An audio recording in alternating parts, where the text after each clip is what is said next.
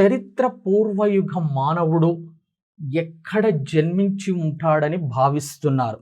అంటే మొట్టమొదటిసారిగా మానవుడు ఏ ప్రాంతం వద్ద జన్మించాడు అని భావిస్తున్నారు అని అంటున్నారు.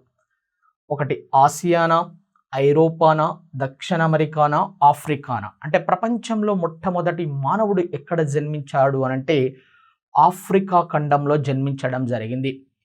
అదే మన భారతదేశంలో మొట్టమొదటి మానవుడు అయితే కాశ్మీర్లోని శివాలిక్ కొండ ప్రాంతమైన ములిషియా బాగ్ వద్ద జన్మించాడు అని చెప్పేసి చెప్తా ఉంటాము. భారతదేశంలో అన్నప్పుడు కాశ్మీర్లోని శివాలిక్ కొండ ప్రాంతమైన ములిషియా బాగ్ అని చెప్పాలి. అదే చరిత్ర పూర్వయుగ మానవుడు అన్నాడు అంటే ఇక్కడ ప్రపంచంలో మొట్టమొదటి మానవుడు ఎక్కడ జన్మించాడు అంటే ఆఫ్రికా ఖండంలో.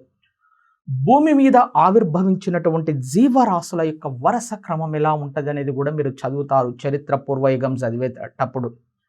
భూమి మీద మానవుడు ఆవిర్భవించిన జీవరాశుల వరుస క్రమం ఎలా ఉంటుంది అంటే ఫస్ట్ ప్లాజిలెటా అంటే లార్వా, తర్వాతనే వృక్షాలు, తర్వాత జంతువులు, తర్వాత మానవుడు.